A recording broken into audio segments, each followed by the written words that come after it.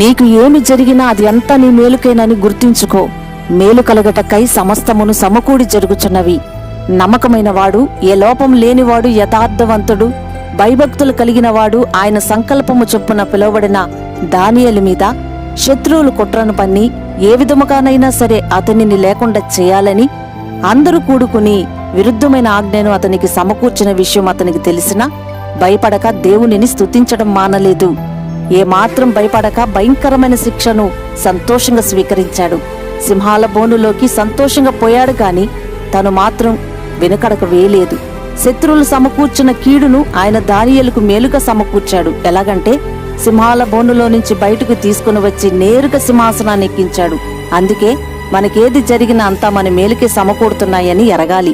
ప్రార్థన: తండ్రి, మాకెదురయ్యేవన్నీ మేలుకేననే గ్రహింపును దయచేయమని యేసుక్రీస్తు నామమున వేడుతున్నాం తండ్రి. ఆమేన్.